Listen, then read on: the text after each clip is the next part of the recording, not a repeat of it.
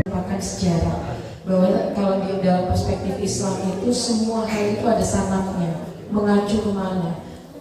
Even kita mengartikan bagaimana motif di batik itu ada sanatnya, ada filosofinya. Nah itu kalau kita nggak ngerti, misalnya katanya ada yang wagu ya pakai batik parang gitu ke nikahan misalnya, karena ternyata ini masih katanya, saya juga nanti mungkin akan butuh penjelasan lebih lanjut. Katanya parang itu biasa digunakan oleh prajurit di masa lalu untuk berangkat perang misalnya. Jadi kalau misalnya pernikahan itu kurang dianjurkan untuk dipakai. Tapi sekarang ada banyak pergeseran begitu ya, memaknai batik itu hanya sekedar oke, batik itu identitas Indonesia, maka kemudian ada banyak motif-motif yang dikombinasikan. Parang yang kecil-kecil itu kemudian dengan yang motif dumplok-dumplok itu mau dipakai ke kantor, mau dipakai ke nikahan, ke manapun bisa gitu. Nah ada pergeseran itu. Paling tidak, kalaupun kita menjadi salah satu yang menggunakan budaya-budaya yang bergeser itu, kita tahulah bagaimana asal-usul sejarahnya dan lain sebagainya. Ingatan itu terbatas, tapi saat kita menuliskan sesuatu itu bisa disimpan, akan dibaca kapan-kapan lagi masih bisa gitu. Tapi ada satu hal yang belum terjawab, belum ditanggapi, bukan terjawab, dari Mbah Geng. Bagaimana rentang umur antara Kencono Ungu 60 tahun dengan bapaknya Damar Wulan? Jadi gini, kalau kita kaitkan dengan sejarah dengan arkeolog itu juga berbeda pandangan. Artinya itu ditemukan juga agak sulit. Itu yang sudah jelas-jelas sejarah dan arkeolog ini sama-sama ilmiah saja sulit. Apalagi sejarah dengan dongeng. Jadi dongeng, kemudian cerita rakyat, legenda, ini mempunyai kekuatannya sendiri, mempunyai suatu keunggulan sendiri yang dalam hal ini tidak usah dipertentangkan. Oh ini begini-begini, tidak usah. Kita misalkan Roro Kembang Sore yang di Kalangbret, kemudian di tetangga saya ada namanya Joko Budu, kemudian cara kesengsem pada Roro Kembang Sore itu, kemudian dia bertapa 40 hari 40 malam, kemudian jadi ini Joko Budu itu seorang pemuda yang ya awam lah, kemudian dia senang sama Roro Kembang Sore yang di ramahnya di Kalangbret. Nah kemudian si Roro Kembang Sore itu mengatakan kalau kamu kuat bertapa 40 hari 40 malam di Gunung Budeg itu, maka nanti aku mau. Kemudian ini sebuah cara untuk penolakan secara halus dari Roro Kembang Sore. Nah kemudian Joko Budo tadi itu bertapa sampai kemudian hampir selesai 40 hari, dipanggil ibunya, karena kurang sedikit dia tidak menjawab. Si Joko Budo tadi panggil orang tua diam saja, Budeg. Akhirnya ini kan legenda. Jadi legenda mempunyai kekuatannya sendiri, kemudian cerita rakyat, kemudian dongeng. Nah sejarah juga mempunyai kekuatannya sendiri. Jadi kalau kita membaca sejarah secara textbook itu tidak ada cinta, tidak ada muatan senang, tidak ada muatan kerinduan dan sebagainya. Tapi ini hanya berdasarkan teks saja. Kemudian orang membaca buku sejarah yang tipis, pusing, tetapi kemudian misalkan karya dari Langit Krishna Haryadi, misalkan novelnya entah Gajah Mada, entah kemudian tentang yang lain, itu walaupun tebel tapi senang gitu, bacanya cepat tapi senang walaupun tebel. Jadi ada kekuatannya sendiri, tidak usah diperbandingkan. Dan nanti antara sejarah dengan legenda, dongeng, cerita rakyat kalau dipersandingkan nanti akan malah tidak ketemu gitu. Jadi ada muatannya sendiri, saya kira begitu. Ini belum lagi kita bicara tentang legenda Tangkuban Perahu misalnya, yang ternyata sama-sama mudanya ternyata itu ibunya gitu kan, mau nikah baru ketahuan karena bekas luka misalnya begitu. Ada banyak hal yang memang kadang kita perlu mengesampingkan logika hitungan begitu ya, karena akan nggak nyambung nanti. Kami akan mempersilahkan Bapak Broto dari Ketoprak Puspo Barat Nusa untuk menanggapi, karena beliau ini juga salah satu yang kompeten untuk bicara tentang sejarah. Warahmatullahi wabarakatuh.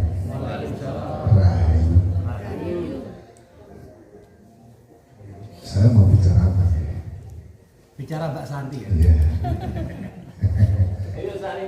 Saya hanya sebenarnya saya masih terinspirasi dengan Pak Jiko.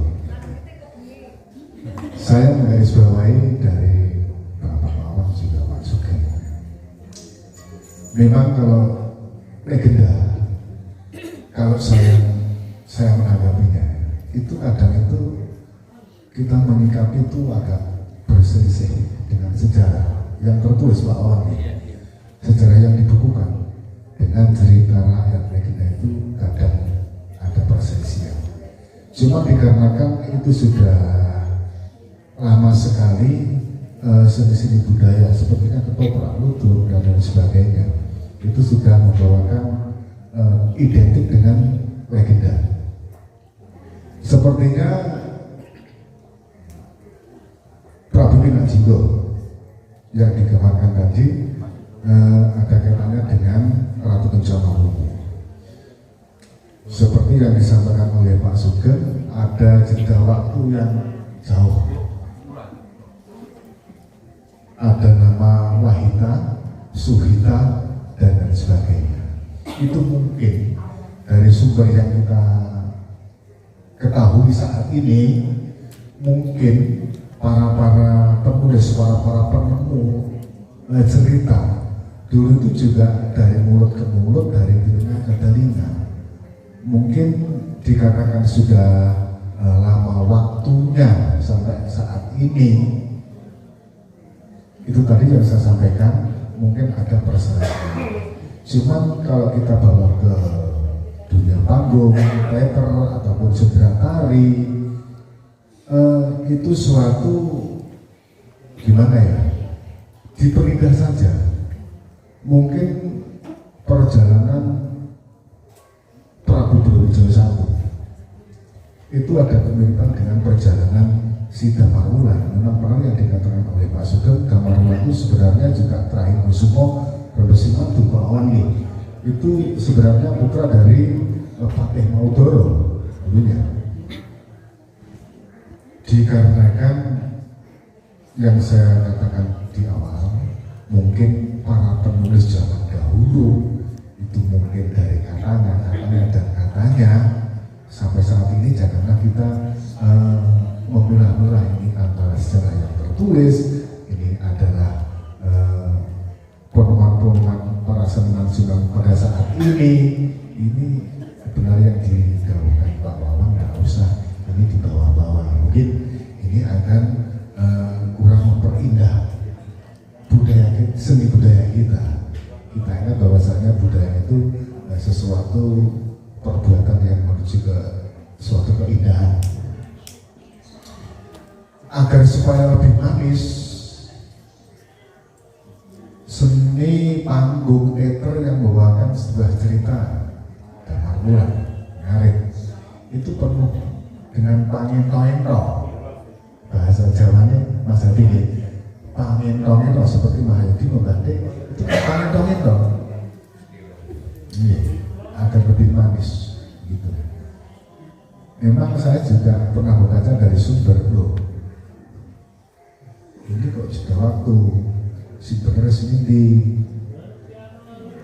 daripada saya pusing. Alah, itu tulisannya sejarawan kayak gitu. Masalahnya terus sampai habis lah, sampai rumah gitu. Mungkin itu. Jadi satu lagi saya tanyakan pada Mas Hadi, sesuai dengan dari Pak MC tadi, apakah seni batik yang kita pakai umpamanya itu apa ada suatu yang sekiranya itu pantas nek waktu ngene itu awake dhewe kudu gawe batik sing corak gini, kayak kita mendatangi suatu acara yang gini ini kurang cocok kalau pakai batik yang seperti ini, dikarenakan saya kurang begitu paham dengan batik-batik. Mohon dijelaskan. Mungkin terima kasih. Ada kurang lebihnya minta maaf. Assalamualaikum warahmatullahi wabarakatuh. Nah, dalam banyak hal kehidupan kita sehari-hari berputar pada pertanyaan dan jawaban itu. Satu contoh misalnya izin Pak ya. Nah ini adalah pilihan. Sebentar, Pak Hari ini bikinnya batik laos atau batik? Kan bikin batik lah, nanti gandengan kalau batik kan bisa nanti. Oke. Ya. Motif laos. Boleh, Jadi, silakan Pak. Ada itu adalah satu jawaban ketika ada banyak pertanyaan dalam kehidupan keseharian. Satu contoh misalnya, kenapa saat ini banyak orang mengalami asam lambung? Nah, kenapa asam lambung itu muncul? Karena mungkin tingkat stresnya yang sangat luar biasa. Nah, itu contoh. Nah, ketika pertanyaan-pertanyaan itu ada di masyarakat, maka bagaimana saya membuat satu bentuk jawaban yang konkret? Nah, makanya muncullah batik, salah satu contohnya seperti itu. Dan jamu-jamu yang lainnya yang juga kita bikin. Sama halnya ketika Pak Hadi ingin membuat satu motif batik. Nah, ini adakah pertanyaan yang menuju untuk sebuah jawaban batik yang akan dibuat? Nah, di tari saya juga pikir juga sama.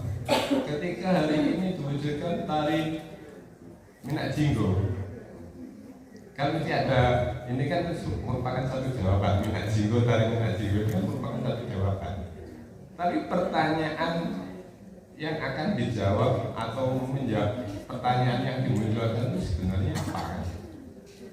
Apakah ketika jawaban tari ini sudah digelar, ini menjawab pertanyaan-pertanyaan yang ada dalam kehidupan keseharian yang tren pada saat ini?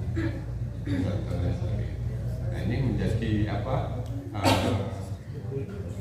ya, mengarani evaluasi atau ke dalam diri kita ketika kita ingin menyampaikan sesuatu. Demikian juga halnya dengan cerita-cerita atau dari sejarah Minak Jinggo tadi. Sebenarnya saya juga sepakat ketika Mbak Elis tadi menyampaikan kenapa kok perempuan diceritakan seperti itu. Dan itu sebenarnya ternyata banyak hal, cerita-cerita legenda atau apapun.